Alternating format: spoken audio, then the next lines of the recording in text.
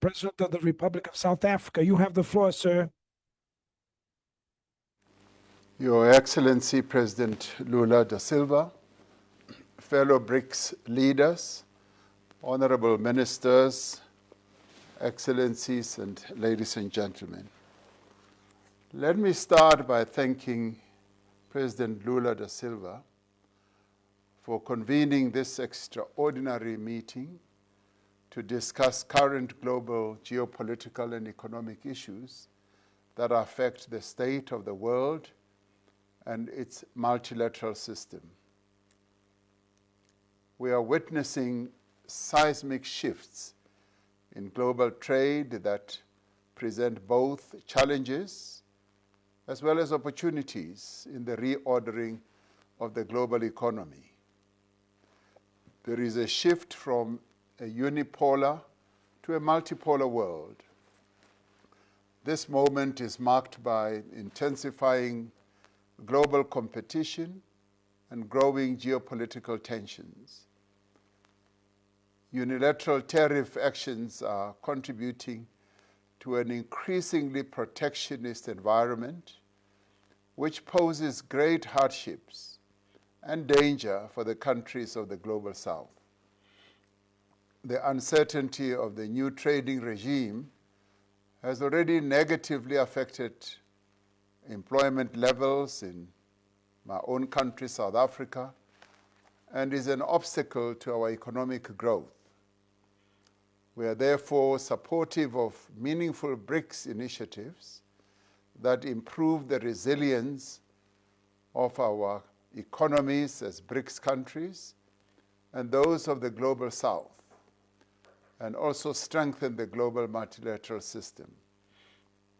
Our focus is on strengthening and collaborating, diversifying our trade and investment partnerships with Africa, Asia, the Gulf, the Americas, and Europe. South Africa's response is rooted in the promise of an African continent on the rise, a continent that is rich in talent, in innovation, in resources, and untapped potential.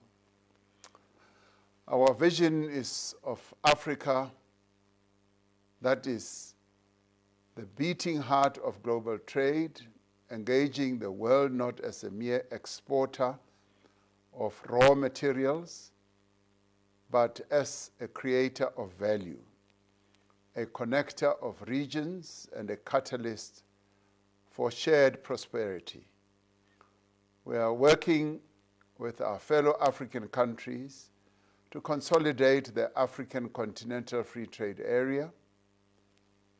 South Africa remains firm that the multilateral trading system with the WTO and the United Nations at their core must be preserved until all member states are able to reach their developmental goals. Over the past 30 years, the WTO has worked to ensure a level playing field in global trade that is free, predictable, and governed by a rules-based system. However, imbalances persist. Developing economies remain locked into the lower end of the global value chain. South Africa, therefore, reaffirms its support for the reform initiative that is being spearheaded at the WTO level. But we also say BRICS countries must participate in championing the reforms that must take place at the WTO level. We must redouble our efforts to ensure that trade supports development. Global trade must work for all of us. 80 years ago, the United Nations was established to build a peaceful, prosperous, and people-centered world arising from the devastation brought about by global conflict. We all pledged to uphold the pillars of peace, development, and human rights underpinned by international law.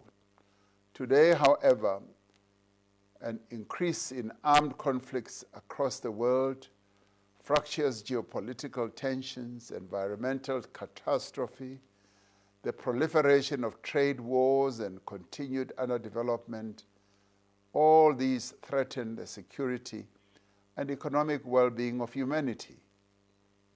This underscores the importance of continuing to strengthen the work of the entire United Nations system and full implementation of membership-led mandates.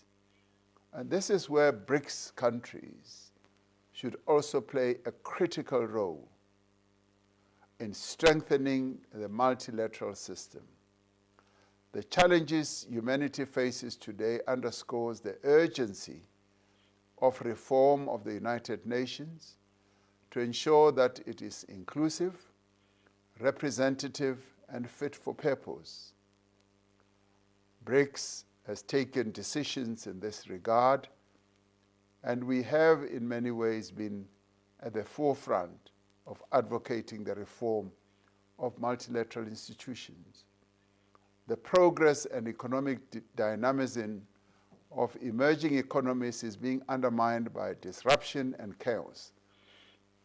New shocks to global trade patterns, international financing and critical mineral flows, along with intensification of problems created by sovereign debt overhang and imbalanced tax regimes, are creating uncertainties for policymakers, consumers, and companies.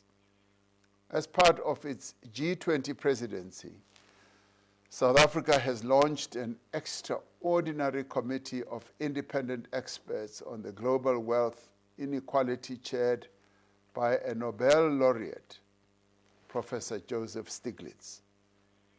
The committee will deliver the first ever report on global inequality to G20 leaders since its inception.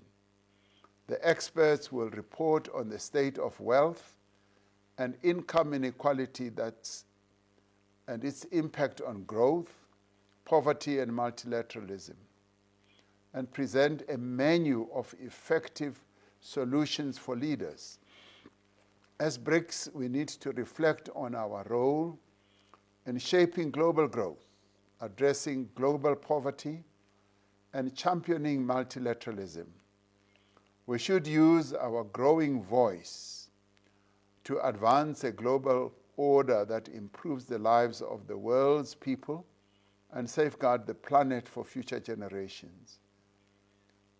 And let us shape a new paradigm of multilateral cooperation anchored in equity, sustainability, and development, but also anchored in peace.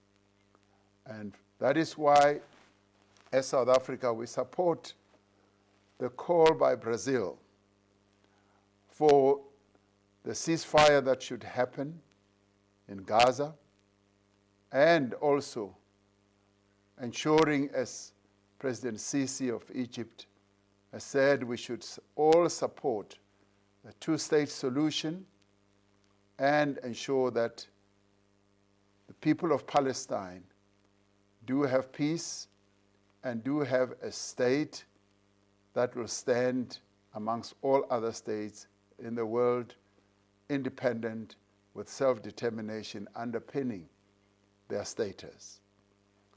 We must use our institutions to drive development across Africa and the global South.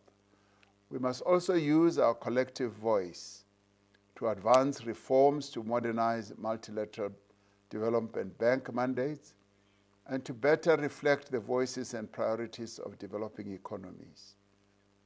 Our new development bank should play a critical role in supporting development initiatives of BRICS countries and beyond. We need to unlock scaled-up finance for the needs of the Global South and catalyze investments in early warning systems, resilient infrastructure, community-led adaptation, and people-centered just transition pathways. In recent months, we've been in firefighting mode as we deal with disruption and chaos. We need to pivot from crisis management to strategic action, from emergency fixes to collective growth and development. I strongly believe that when BRICS countries unite in solidarity to co-create solutions, we unlock tangible mutual benefits for BRICS members and the broader global South. For South Africa, a BRICS economic partnership strategy that contains a meaningful way forward on addressing the imbalanced structure of BRICS trade would send a clear message to the world that all BRICS members are committed to mutually beneficial trade that addresses the needs and interests of all its members. This global trading crisis provides a great opportunity for us to do things differently. A commitment on the part of all of us to sustainably address our various non-tariff barriers would position BRICS as a stable and predictable, mutually beneficial trading partner amongst the current global disruptions. Let us conclude the BRICS Economic Partnership Strategy 2030 and focus on its implementation. Let us demonstrate how consensus is built through negotiation and not through coercion.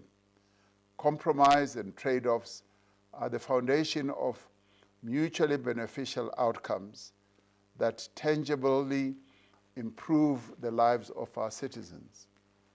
Let us undertake all these important actions together in a spirit of partnership and solidarity. I thank you.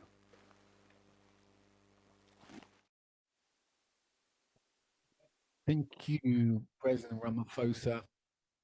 I would like to now give the floor to Sheikh Khaled